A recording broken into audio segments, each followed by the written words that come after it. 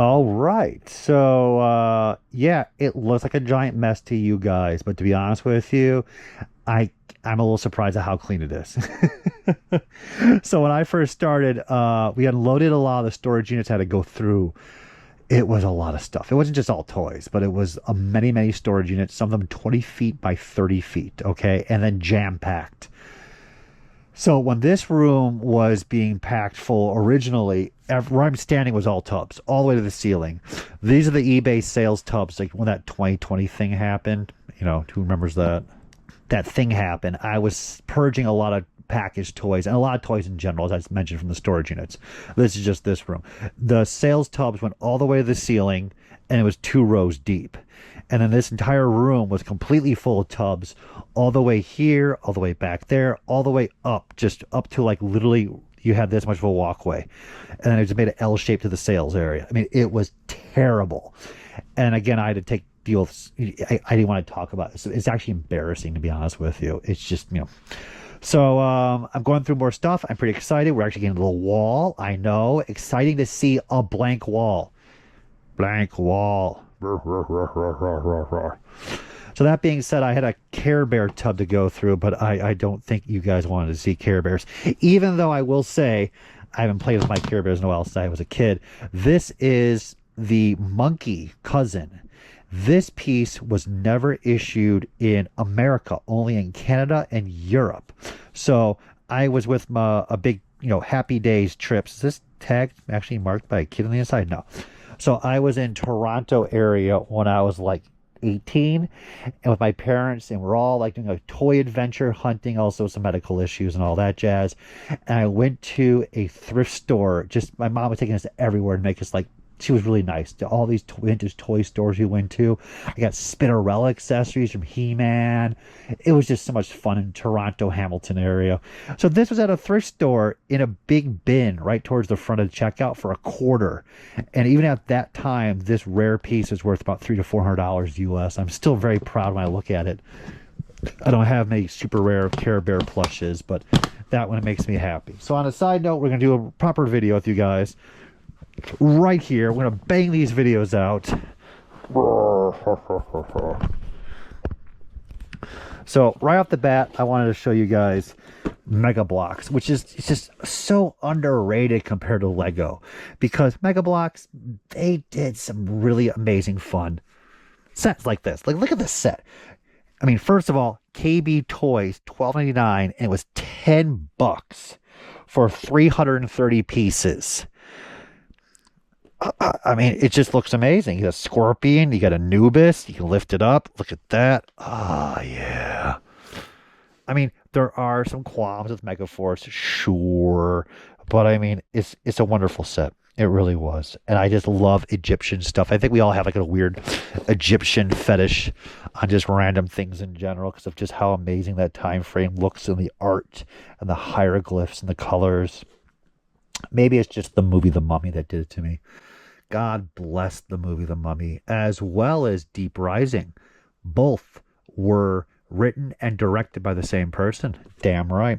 So I like this stuff. I really do, but that's the whole problem. I'm in this boat because I like so much stuff. So it's got to go. It's got to go.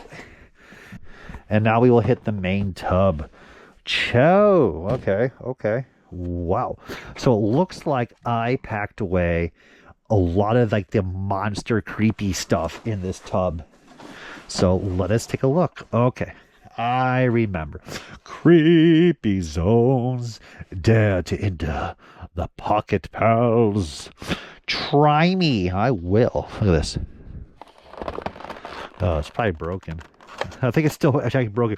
So Takara produced a type of keychain with animals in the early 90s, and it was a type of wind-up mechanism where by closing down the top you wound the mechanism, and then popping it open it would move little characters in the inside here and there.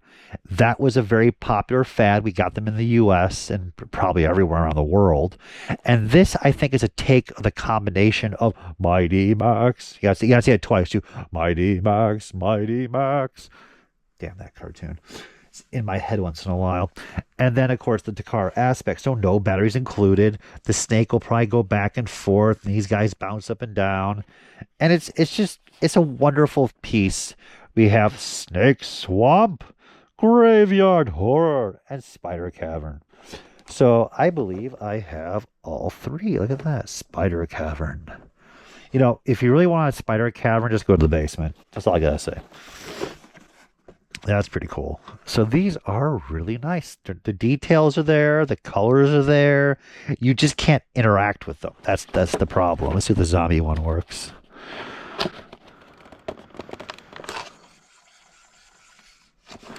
A little bit.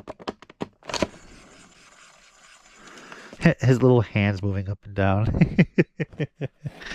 And the spider. Look at that. So it's just a giant spider.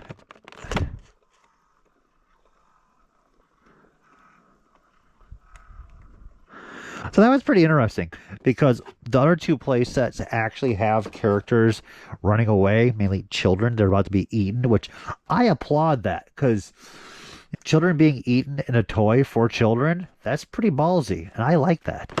But this is really interesting because this is just a spider with a couple dead skeletons and scorpions dancing in a little trio Congo line. And that's it. There's no kids running away. There's no hero.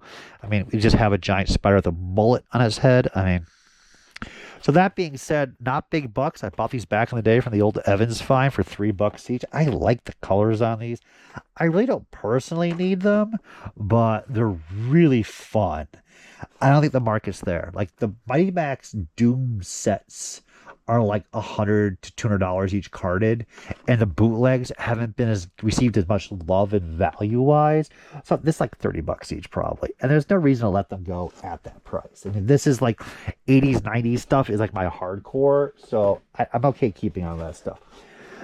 Ooh, we'll definitely get excited here. So we have Attack of the Killer Tomatoes, Lovely Line Fangmeto, Squatamato.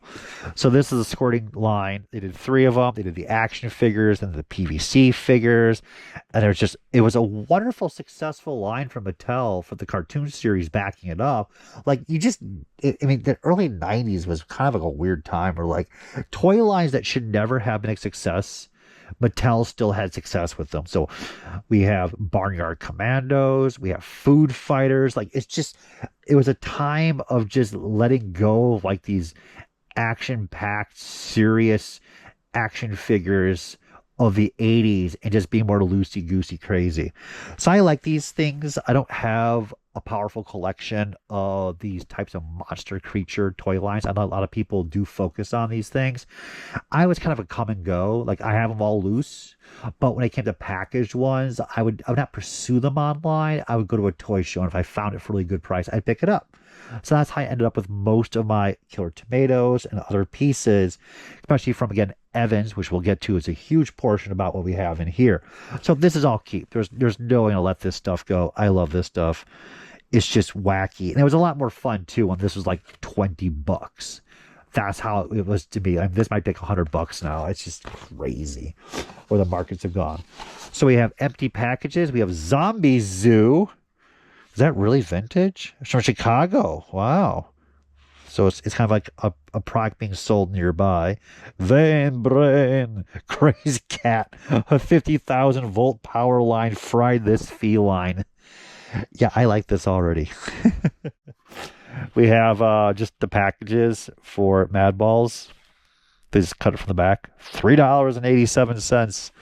So I just keep packaged stuff. We have Weird Balls. I must have picked this all from like one seller at some toy show at King County or something. Oh, they're unofficial. So there already were Weird Balls, but they were official. So we gotta make the unofficial ones. Like, that's weird.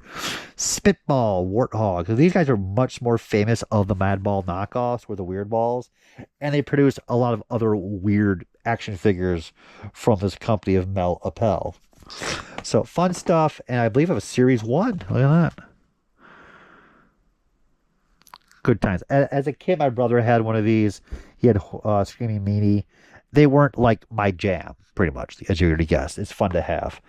Wow, I got a lot of Madball stuff here. If I say it's not my jam, I'm pulling all this stuff out. Gross is great. Look at that little thing in there still. That's not all. Wait, wait a minute.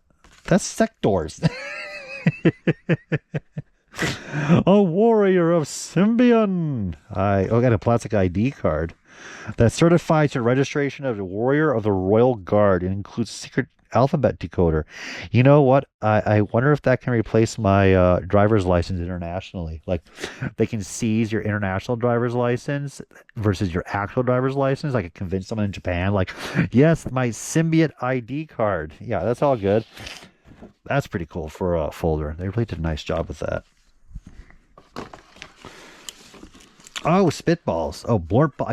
I always mess up blurt balls. I used to call them burp balls, blurt balls, and you get the idea. So yeah, Tyrannosaurus Wretch. Well, that's pretty cool.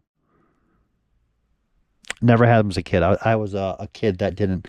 I had a fair amount of toys, but I was the kid that didn't have enough money for most of the toys. And I would go to the toy store and look everything over, think about how I was playing with these toys, and then never buy it. So Blurt Balls were very fun. The unproduced second series is pretty awesome. Oh, look, we still have a carded one. Oh, it came off the card. So it's super bouncer weird balls. And this one's pretty cool. It's like a classic 50s looking alien. Look at that. That's awesome. We want, you'll want, I'm sorry. You'll want them all.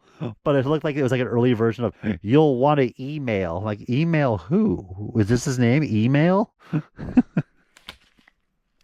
It's so generic. They didn't even give anyone any names. There's nothing on the back of the card. I love that. Yeah, John Stanley, 1986. So again, even though it's stapled to the card and it's not fully sealed, to find one unused and mint loose is like impossible. So that's still pretty cool. Oh, we have a whole bunch more stuff in here. Look at this. More backer cards. I don't even know I owned all this stuff, to be honest with you. If you asked me like 20 minutes ago how much Madball stuff you had, I'd be like, not that much. That weird ball. I mean, literally, I probably paid. Oh, yeah. So I don't know what these are. This all came from a person. I think they came to a toy store in Chicago like 15, 20 years ago, and it was all artwork.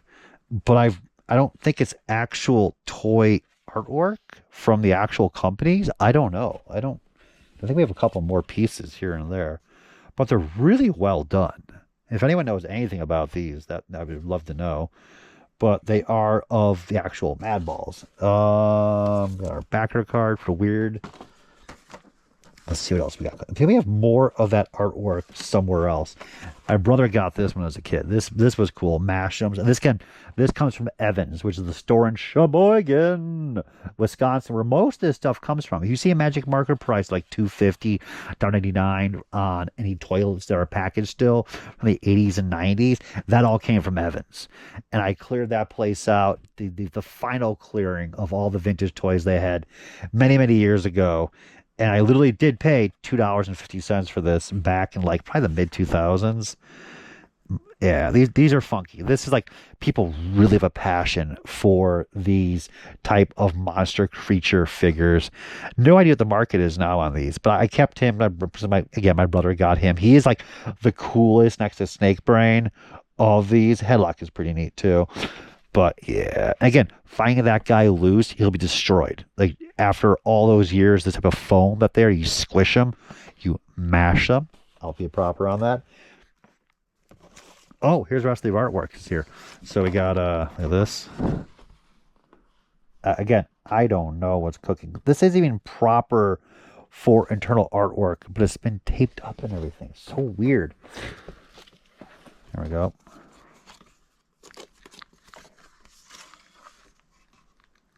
No idea. No idea. If anyone knows like what this may have been, the Madballs number 3. So when the apocalypse comes and I'm huddled up in here, I can finally read something when the phone dies. That was cool. Like I never got into the sports creatures. I just kind of like stayed away from anything sports. When it came to Monster, that was awesome. So we have the most common, I think, is Igor and Fang Mado fighting Mato of the Killer Tomatoes. I used to bump in these all the time. So Evans, we bought probably about 30 of these for $1.99 each. I think this is the one of the few that didn't have the magic marker on it. That's why I kept it. So sad the bubble turned yellow over time. But these, a lot of Mattel Attack of the Killer Tomatoes varied in rarity. I was just mentioning. So Igor was very common. Wilbur and Dr. Dane Green were these three the most common. He was more uncommon to find Chad, and of course the three actual larger posable figures were much more difficult to find. And I would say actually much more, a couple notches rarer to find than these guys. So I might have one or two of these guys carded. We have more of this stuff kicking around this whole place, as you guys can imagine. So we are down to rock, bugs, and what? Huh? Could it be? Yeah, things.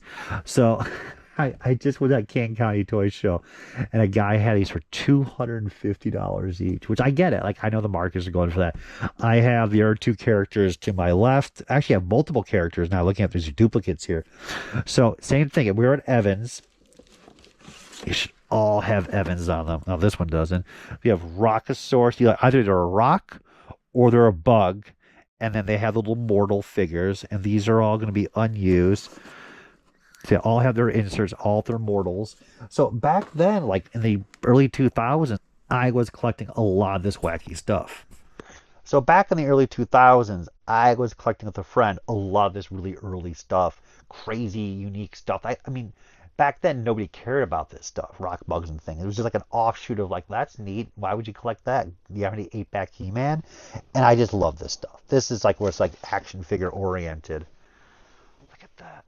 So I'm not sure if I ended up with a bunch from Evans. We've had about, I think, 40 to 50 sealed rock bugs and things. We paid $1.99 each. Again, if you see any rock bugs and things out there with the magic marker on it, that's from that find. And I was selling them for $30 each.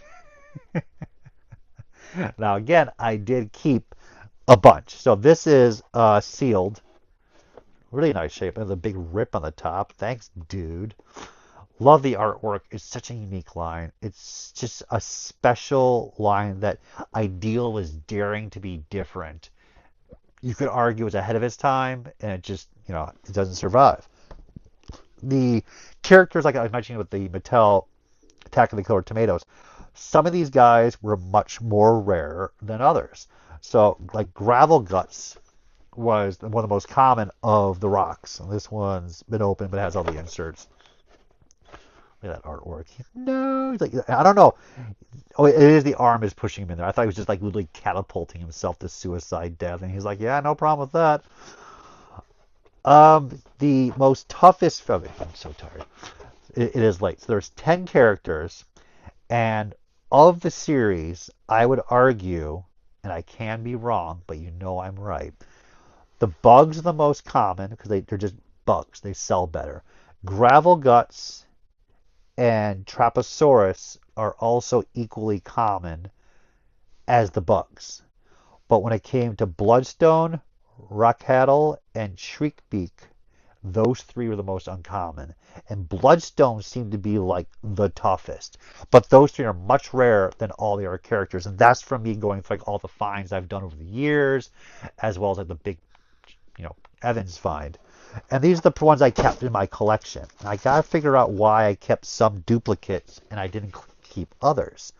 And I have more to my left. I have to pack those away and protect them. So let's see what I was up to here. So I have up to $1.89. That is from Evans. So the tape fell off the side. Should be completely unused inside. And then I have this one. Why do I have two, right? So I'll hopefully figure it out in a quick second. I have a rough idea. I got $22. That's what I paid back in the day for a second one.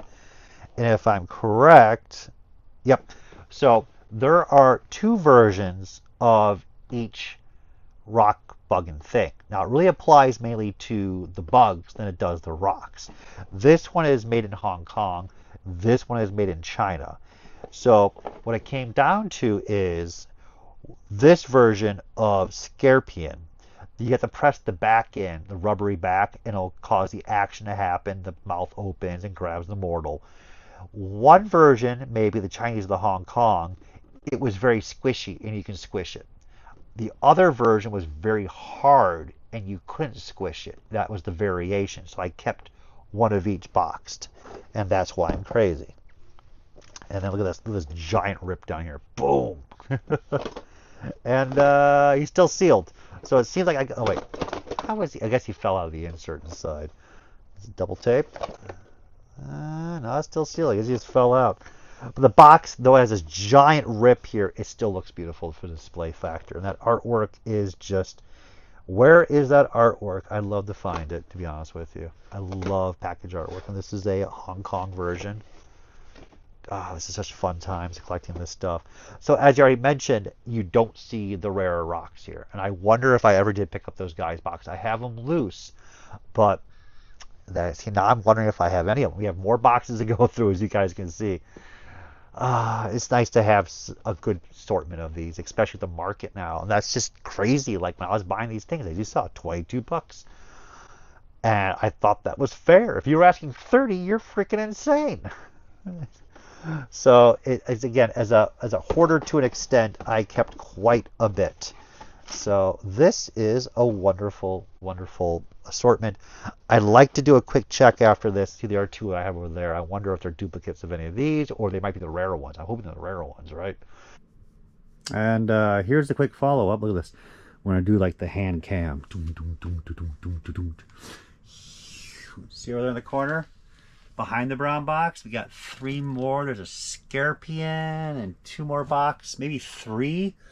And I think in the tubs underneath there are more rock bugs and things sealed. So I think I have more than I remember. I just kept getting worried about how much do I have to pack away for the collection without seeing the other ones. And you're like, oh, I have more than I should have. So here are the 3 box pieces. I pulled them out. We have another Traposaurus. We don't have anyone rare, which is kind of sad.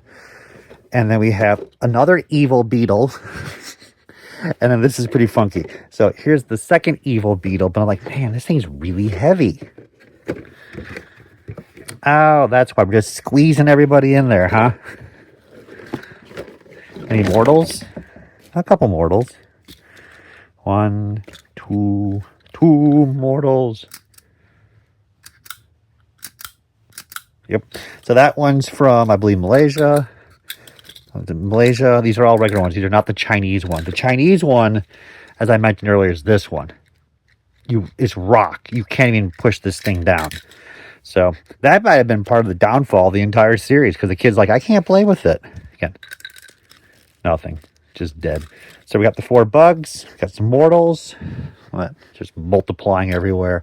So yes, we got to figure out which one. There's too many rock bugs and things here. And I wonder now if there's a rare box one. It's like Bloodstone, because, where are they, man? So overall, thank you very much for watching. And I'll see you guys on the flip side.